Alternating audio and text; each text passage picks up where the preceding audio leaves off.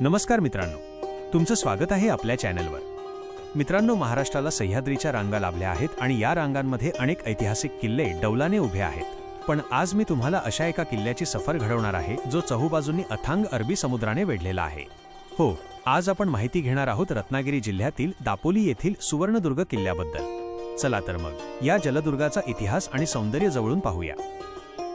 सुवर्णदुर्ग हा किल्ला हर्णे बंदराच्या जवळ एका बेटावर बांधलेला आहे।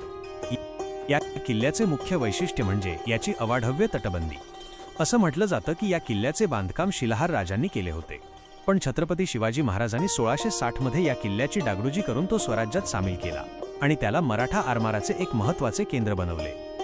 या किल्ल्याचा महादरवाजा समुद्राच्या बाजूने असून तो आजही तितकाच भक्कम आहे। दरवाजावर कासव आणि शरब यांसारखी सुंदर शिल्पे कोरलेली पाहायला मिळतात।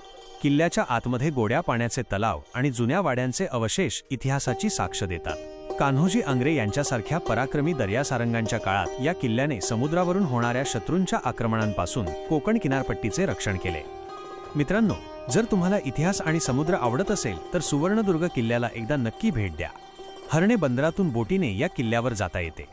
हा प्रवास खरोखरच अंगावर शहारे आणणारा असतो। तुम्हाला हा व्हिडिओ कसा वाटला हे कमेंट्समध्ये नक्की सांगा। जर तुम्हाला ही माहिती आवडली असेल तर व्हिडिओला लाईक करा आणि आपल्या मित्रांसोबत हा ऐतिहासिक वारसा शेअर करायला विसरू नका। अशाच नवनवीन किल्ल्यांची माहिती मिळवण्यासाठी आपल्या चॅनलला नक्की सबस्क्राईब करा। पुन्हा भेटूया अशाच एका नवीन आणि ऐतिहासिक ठिकाणी। तोपर्यंत धन्यवाद।